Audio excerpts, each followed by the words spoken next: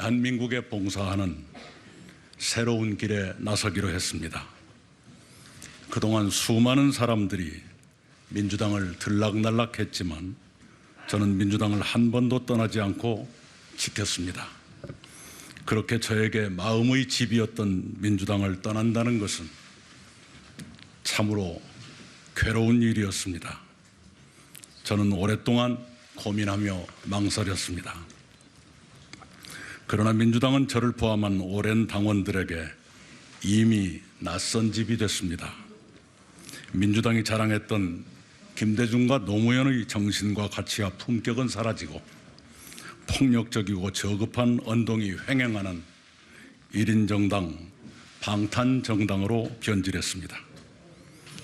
민주당의 정신과 가치를 지키고 구현할 만한 젊은 국회의원들이 잇따라 출마를 포기하는 지경에 이르렀습니다. 당내 비판자와 저의 지지자들은 2년 동안 전국에서 수박으로 모멸받고 처단의 대상으로 공격받았습니다.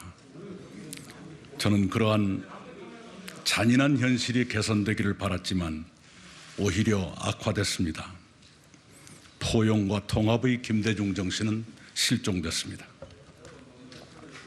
민주당의 피폐에는 저의 책임도 있다는 것을 인정합니다. 특히 민주당 소속 시장의 잘못으로 2021년에 치러진 서울시장, 부산시장 보궐선거에 기존 당헌을 고쳐가며 후보자를 낸 것은 제가 민주당 대표로 일하면서 저지른 크나큰 실수였습니다.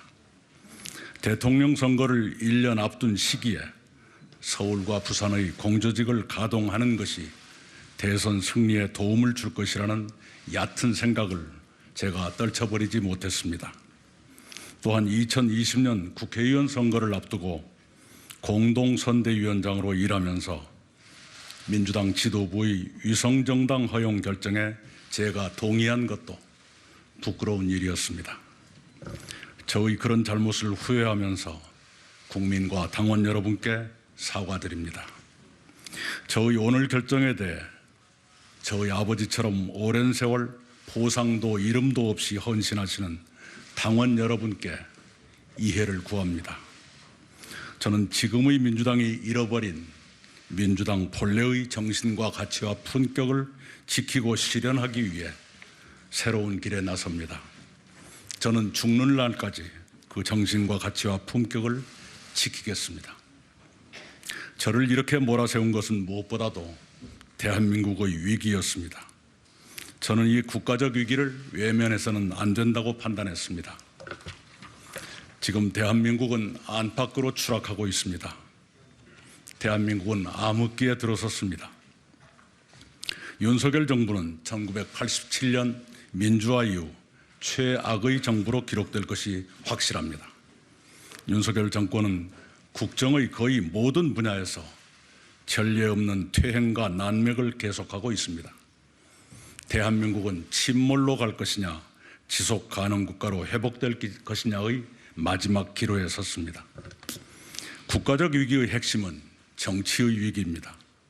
무능한 정권과 타락한 정치가 각자의 사활에만 몰두하며 국가의 위기를 심화시킬 뿐 국가 과제의 그 어느 것도 해결하지 못하고 있습니다. 이 망국적 정치는 민생의 고통을 덜어드리지 못하고 있습니다.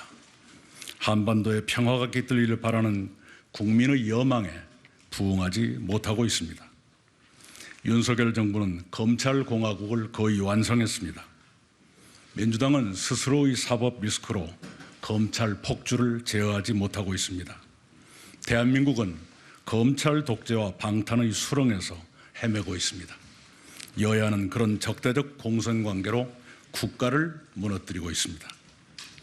후목불가조, 썩은 나무로는 조각을 할 수 없다는 공자의 말씀처럼 지금의 정치로는 대한민국을 살릴 수 없습니다.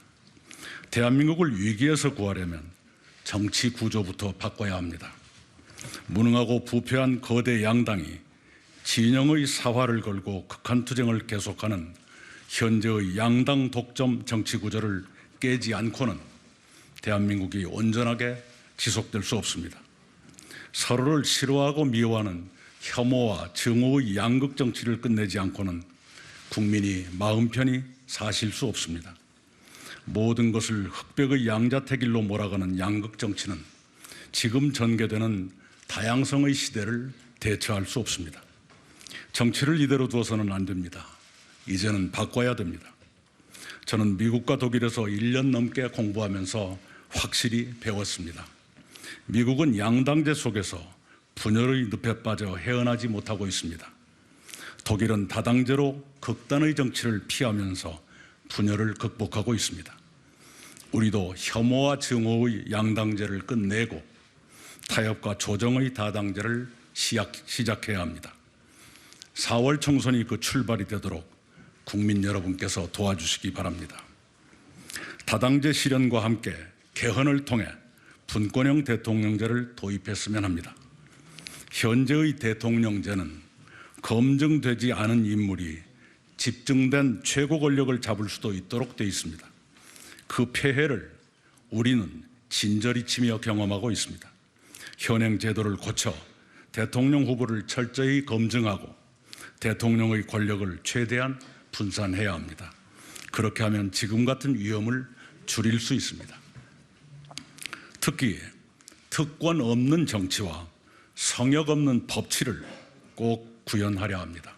정치인 등 누구든 특권을 남용하면 국가기강이 무너진다는 것을 우리는 확인했습니다. 우리가 힘들게 이룩한 법치주의마저 권력에 유린되고 있습니다. 정권은 검찰의 칼로 세상을 겁박합니다. 다수당은 의석수로 방탄하고 대통령은 거부권으로 방탄합니다. 이것이 지금의 대한민국입니다. 그런 현실을 바로잡읍시다. 정치는 모든 특권을 내려놓고 오직 국민과 국가에 봉사해야 합니다. 법치는 성역 없이 바로 서야 합니다. 경제에서는 R&D 지원과 규제 혁파로 기업의 도전을 돕고 미래 기술 산업을 집중 육성하는 등 새로운 성장 동력을 끊임없이 개발하도록 하겠습니다. 복지는 생활에 필수적인 기초 서비스를 국가가 단계적으로 제공하면서 궁극적으로는 중부담 중복지로 발전시키도록 하겠습니다. 문화에서는 지원하되 간섭하지 않는다는 김대중 정부의 원칙을 되살려 제2의 한류를 더 확산시키도록 돕겠습니다. 외교에서는 한미동맹을 중심에 두면서 중국, 일본, 러시아와 우호관계를 정착시키고 남북관계를 안정적으로 유지해 평화와 번영을 돕도록 하겠습니다. 전체적으로 최고의 역량을 갖춘 정부를 구성해야 합니다. 허물어지는 대한민국을 다시 세우는 제2의 건국에 나서야 합니다. 그런 각오로 새로운 정치에 임하겠습니다. 그 길로 가기 위해 극한의 진영 대결을 뛰어넘어 국가 과제를 해결하고 국민 생활을 돕도록 견인하는 새로운 정치 세력을 만들겠습니다. 무능한 정치를 유능한 정치로, 투쟁의 정치를 생산의 정치로, 부도덕하고 부패한 정치를 도덕적이고 깨끗한 정치로 바꾸도록 힘을 보태겠습니다. 그 길의 뜻을 같이 하는 사람이라면 누구든지 힘을 모아야 합니다. 저는 우선 민주당에서 혁신을 위해 노력하셨던 의원 모임 원칙과 상식의 동지들과 협력하겠습니다. 어느 분야에서든 착하고 바르게 살아온 사람들이 그 길에 함께해 주시기를 바랍니다. 특히 청년과 전문직의 참여가 필요합니다. 그런 분들께서 정치 참여의 기회를 얻으시도록 돕겠습니다. 저는 몹시 가난했지만 많은 기회를 누리며 성장했습니다. 저는 국가와 사회로부터 크나큰 혜택을 받았습니다. 저는 그것을 늘 감사하며 살고 있습니다. 제가 국가와 사회로부터 받은 혜택을 국민께 돌려드릴 때가 됐습니다. 제가 무엇이 되겠다는 마음에서 이러는 것이 아닙니다. 저는 저의 의무로서 그 일을 하고자 합니다. 대한민국은 정치 때문에 잘못되고 있습니다. 잘못을 알면서도 모른 척하는 것은 비겁한 죄악입니다. 김대중 대통령은 행동하지 않는 양심은 악의 편이라고 말씀하셨습니다. 저는 무능하고 부패한 정치가 대한민국을 더는 망가뜨리지 못하도록 싸우겠습니다. 그 길은 쉽지 않은 길입니다.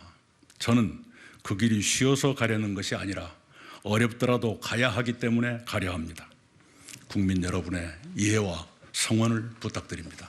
감사합니다.